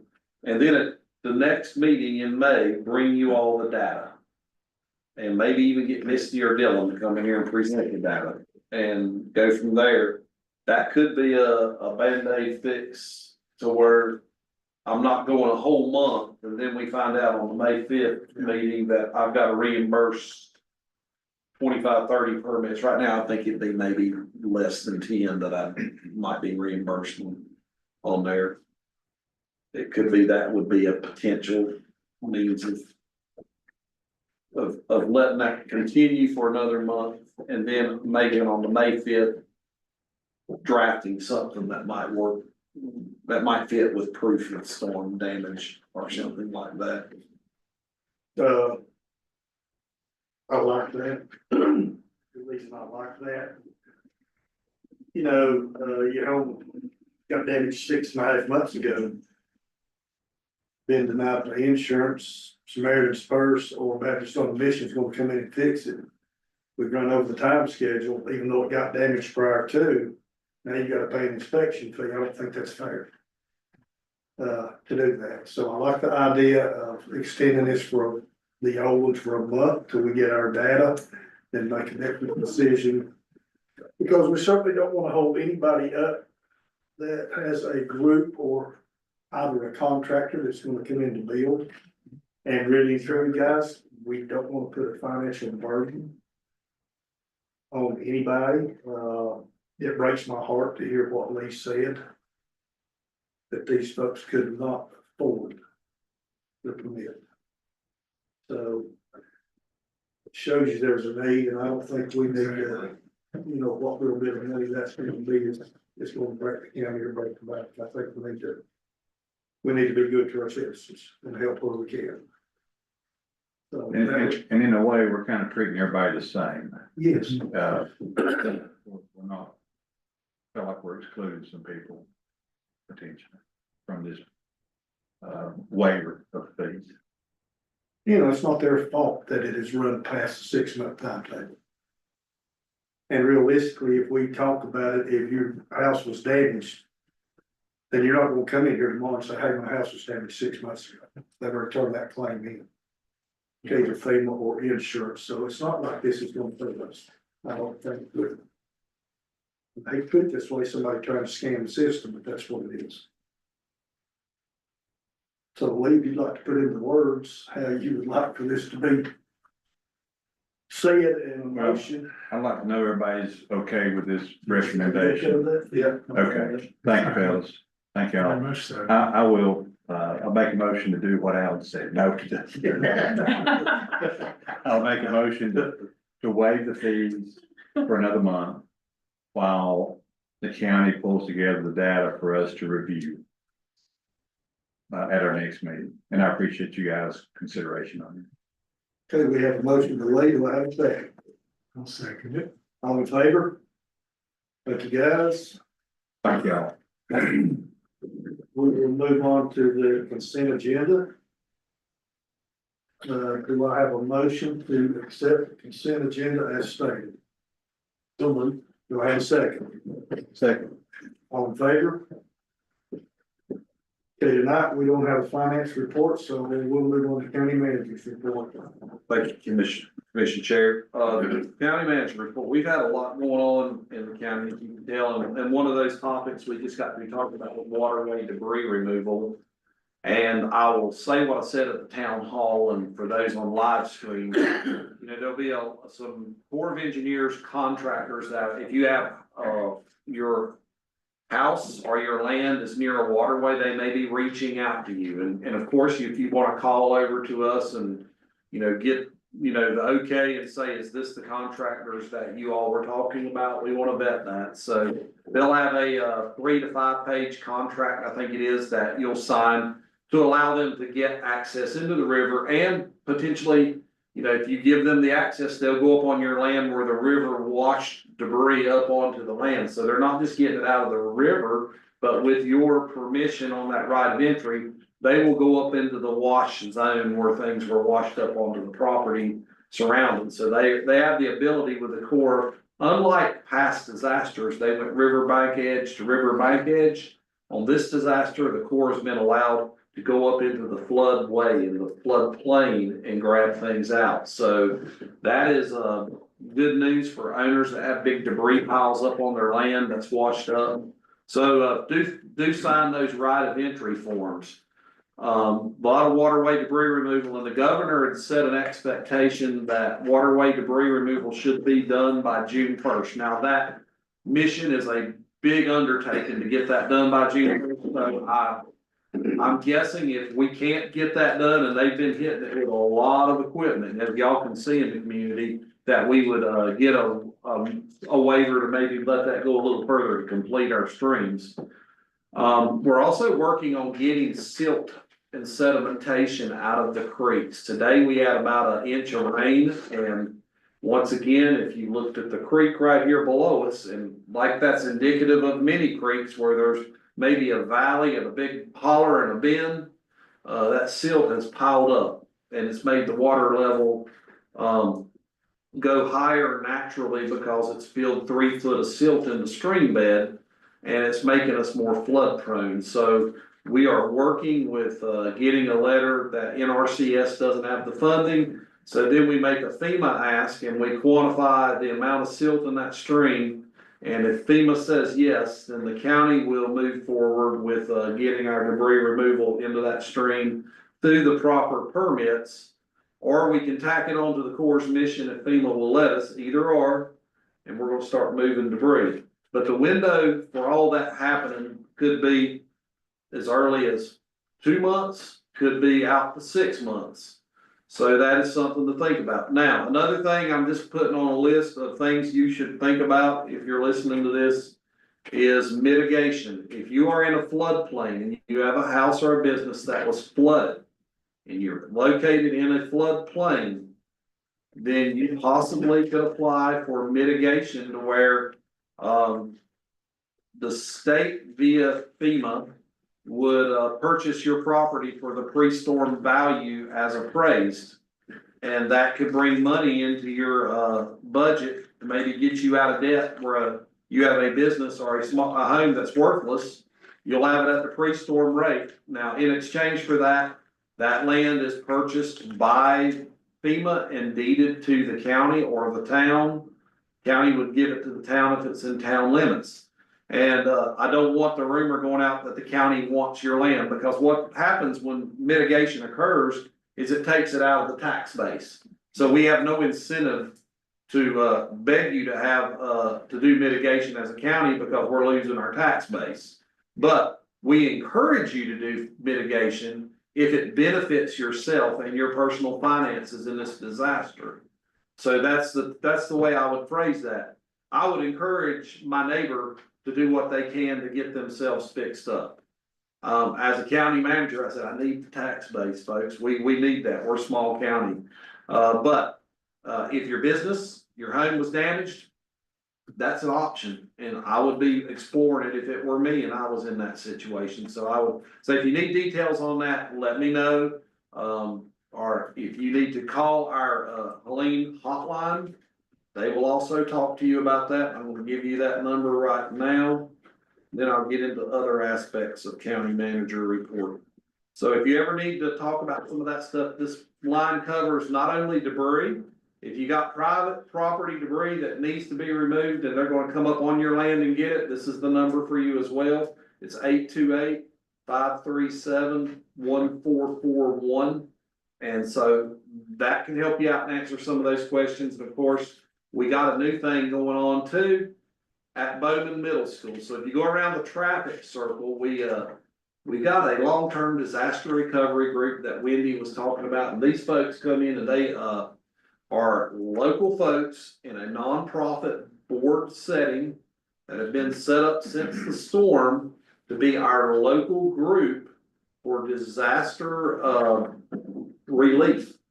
That disaster might be a house fire. It's a long-term disaster relief group run by folks in your community with a board on the up and up. In fact, in about another month, I might ask this board for a resolution of support for this board that's long-term disaster recovery group. It's being lifted up in many of the counties that Helene hit where there wasn't one in place. But we, other counties in hurricane-prone areas have these in place, and they're there because if you're on the coast, you might have a hurricane every 1 year to 5 years, So this is a vessel that's going to be there to help. It's a nonprofit group. I think there'll be some funding coming from some other groups such as Red Cross. We'll have some initial funding into that, and it will provide food. It will provide social work. It'll provide counseling. It will vet out needs in the community. It will refer to sources. So that's along with the Volunteer Resource Center, who can get you volunteer help even now, 6 months after the storm. If you need some volunteers to come on your property and help you out with something, you definitely want to check on with the Volunteer Resource Center at Bowman. And it's got a number you can find on the Mitchell County website, Helene Health Resources. We'll have that volunteer resource number. Go there and check with them. Also, it's open Monday, Wednesday, Friday right now. And on Wednesdays, I'm trying to get a FEMA representative there, an SBA representative there, and have some outside sources to come in. So if you're working on your FEMA appeal or something like that, and you need to talk to a person, or you want some case management assistance in that, that's getting set up in Bowman. It's been set up for about 2 weeks on kind of a soft opening, but the next couple of weeks, you're going to see it really tweaking out a little more each day. So there's a lot of resources out there to help y'all as you're going through your disaster. And I want you to know that this commission board in Mitchell County has been very open to it. As you heard the conversation about inspection fees, they know that you got good taxpayer citizens sitting here. And they've, they've been impacted by a disaster on the scale of Katrina. And this board has basically said, anything we can do to help, we're gonna do to help. It's been really nice watching this board in unison when it comes down to things that are fiscal and responsible and done right. This board's very supportive of it, and they've been very supportive of working with this volunteer resource center, working with the debris removal, tweaking the debris removal as we had to kind of push a new group into here, and they've been doing a lot better. So, I'll say in the county manager report, the county manager is basically sometimes the hands and feet of the board. So, sometimes we'll say Alan helped out with this. Well, no, it was the commission board that was able to empower Alan to help out with this. So, as we, go through the storm, I want you to know that, the commission boards, we've got some new board members, and some of the past board members have been really good about, trying to keep these things moving for our citizens. So that's really, something that needs to be said that I don't think gets said enough. Now, today I was going through our law enforcement center, the sheriff was here, and, we were doing some punch list items. To finalize that, we'll have a ribbon cutting soon for that thing. I wanna do a few more tweak outs on that, but, move the door maybe in one place, and we're gonna have a ribbon cutting soon, maybe in the next month or so, depending on the final punch list items that they get done. Just all doing the drilling.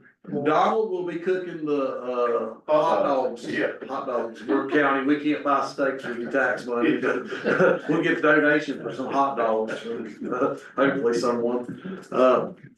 But yeah, we're gonna have us a ribbon cutting on that very soon. Our other projects that we got going on, wanna talk about the rec center back here. As you ride through Bakersville, you see this rec center building being constructed, and sometimes you get that comment like, okay, we're in a storm and they're completing a rec center.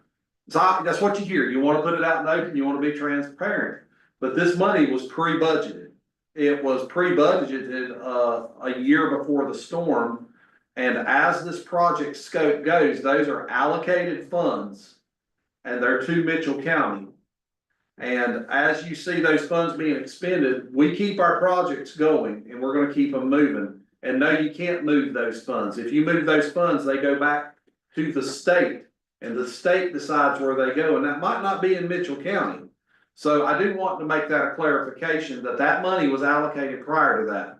And I want you to also think about this, as you get that rec center, that's a place, as you start seeing our county recover, that's a place where we'll have youth games, we'll have exercise, we'll have rec league, we'll have a lot of activities for our folks to have an indoor walking track. You're coming in and you're using that as a citizen. That is a citizen benefit. As you look down in these fields down here, we're working FEMA money to finish these fields out. So, working with a disaster management group, I gotta tell the board this because that's kind of neat. We, originally on this field, FEMA said, we're gonna give you, approximately $600,000 to fix your two fields. But then you have a disaster management group that works for the county, and they've worked with many storms, and they know what to ask for, and they know how to move things. So as using their leverage and their ways of presenting and their proper way that they ask for stuff, you get the initial ask and you don't know to bargain. You're saying, okay, well, shoot, that's $600,000, that's nice. Well, they've got it up to 1.7 million right now, and we got a few more tweaks to get that right, because when you do it, you gotta do it right. So moving FEMA and trying to work that process for the county, we went so far from 600,000 to 1.7 million on getting our fields fixed back.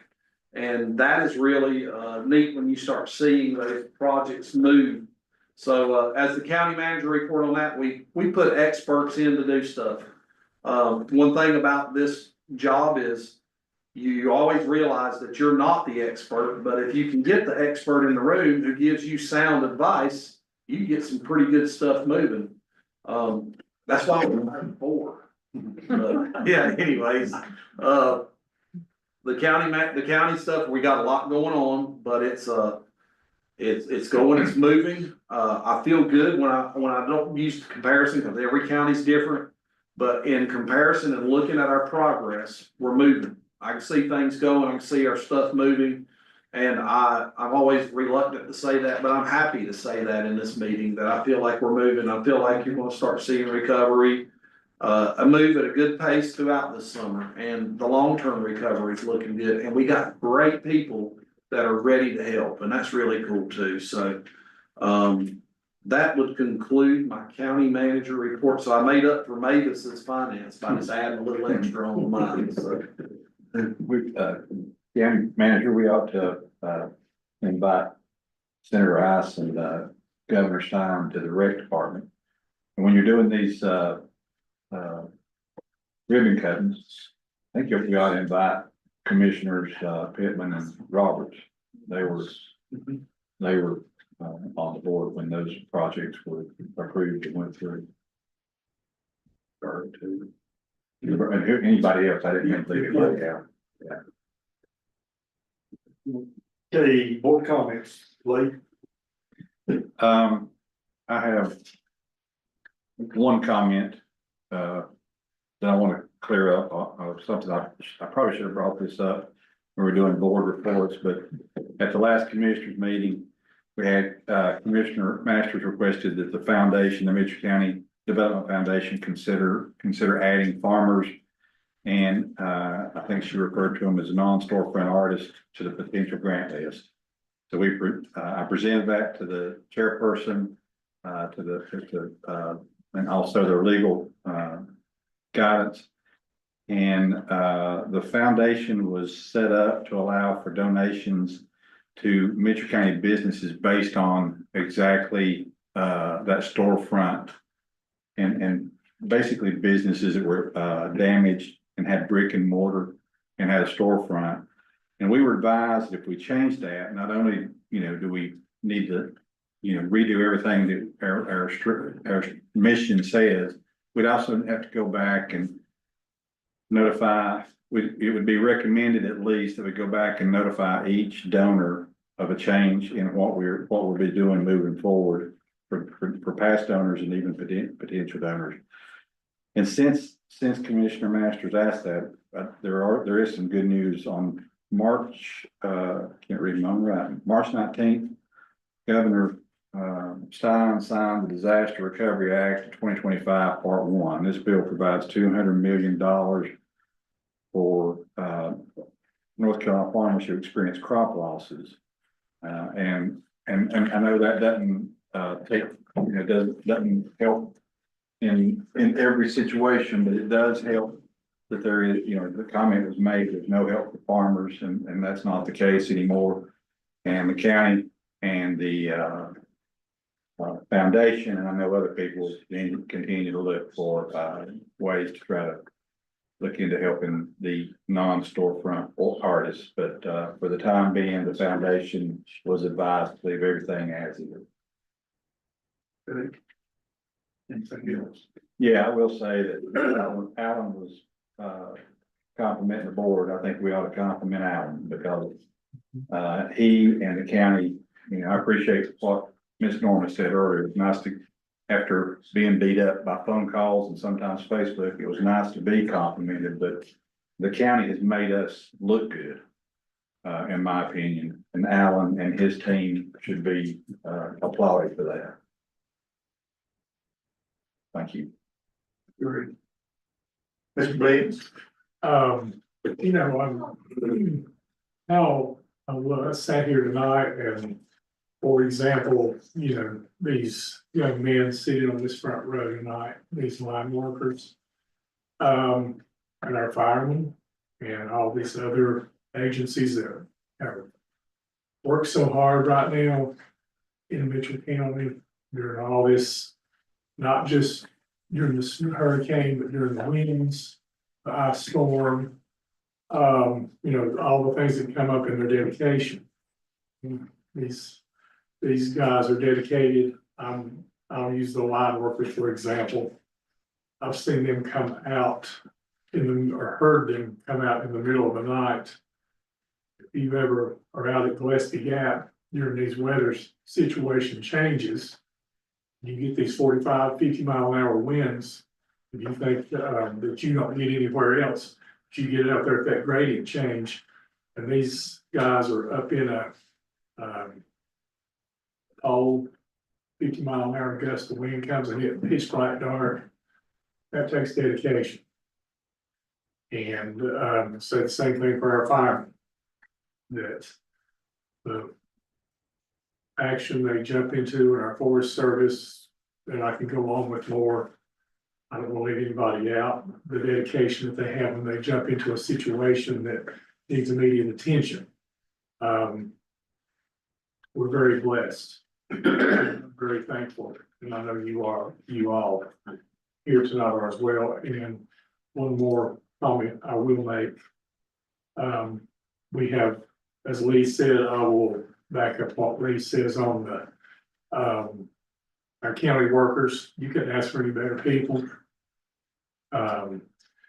But you guys as well. Really commend you as well.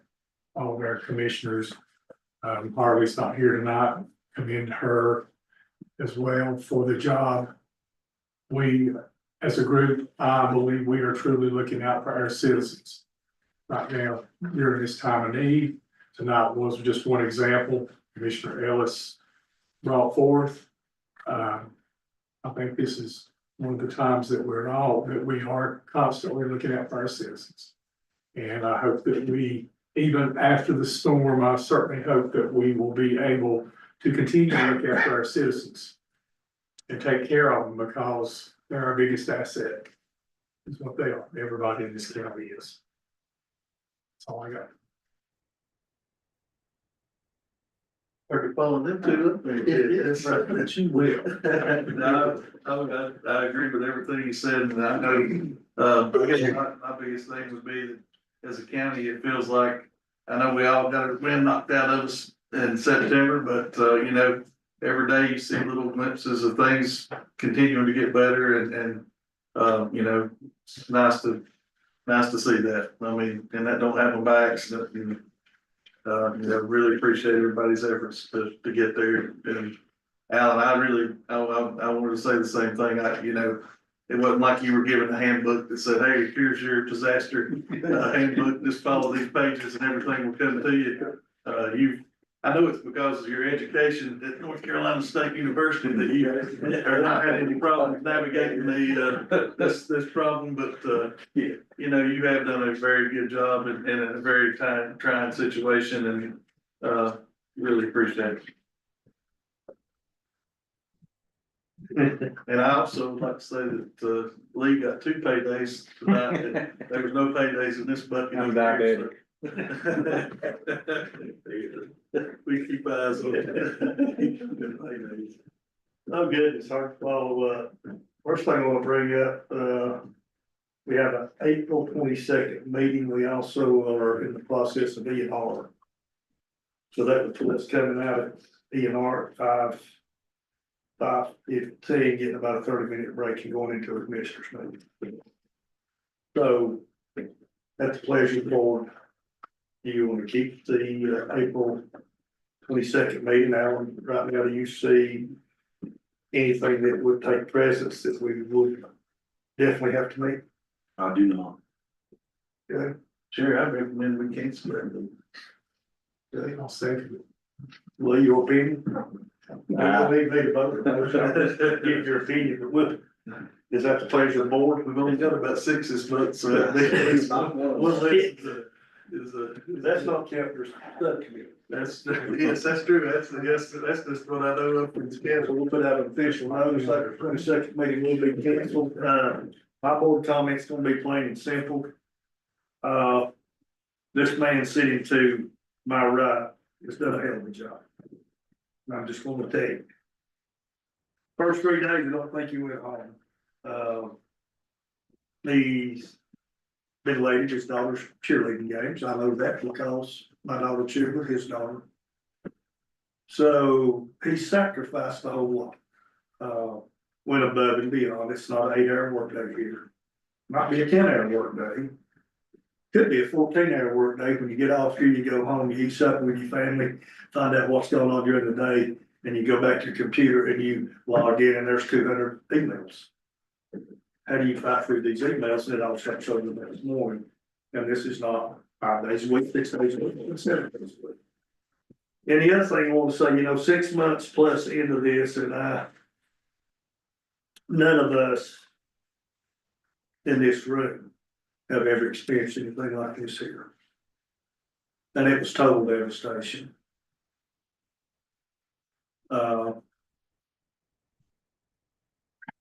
Myself, I like to speed on and get things done, but this was not a process where you could speed on and get things done quickly. It was a process.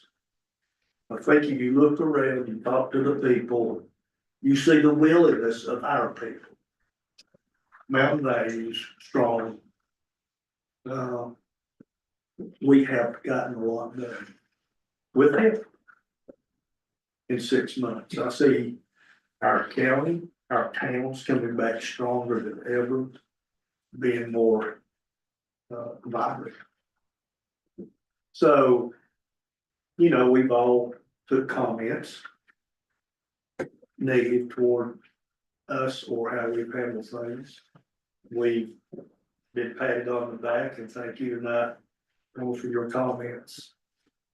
There were times it was very tough to come in because, we were human too, we're worn out and, we hadn't had any sleep and you're dealing with your personal life, your personal business, and you're coming and dealing with county stuff. But I can say this, all 5 individuals sitting here that were elected by the people have put the county business first before they took care of the private stuff at home. So wanted to not only brag on our people, but thank our people and let them know that we are pushing hard. We are, when we have the ability, whether it's state representative or somebody out of Washington, we're going to those meetings and we'll push it hard. And they're gonna know where Mitchell County's from. And I promise you one thing, and Justin Summers will tell you this. Ted Budd and Justin Summers knows what free money is. Because Jeff Harding doesn't call it grant money, I call it free money. And every time I get the opportunity to speak to them, I drive that home. We've got to have help. We've got to have help.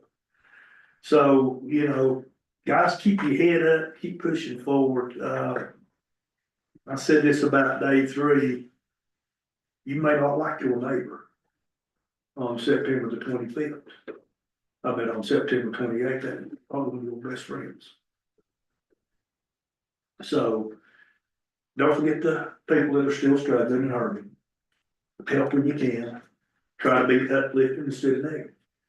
Because we got a process. But we're going to make it. That's all I have to say. At this time, we will go into closed session. I will give the statute and the reasons. 143, 318, 11. A3, attorney-client.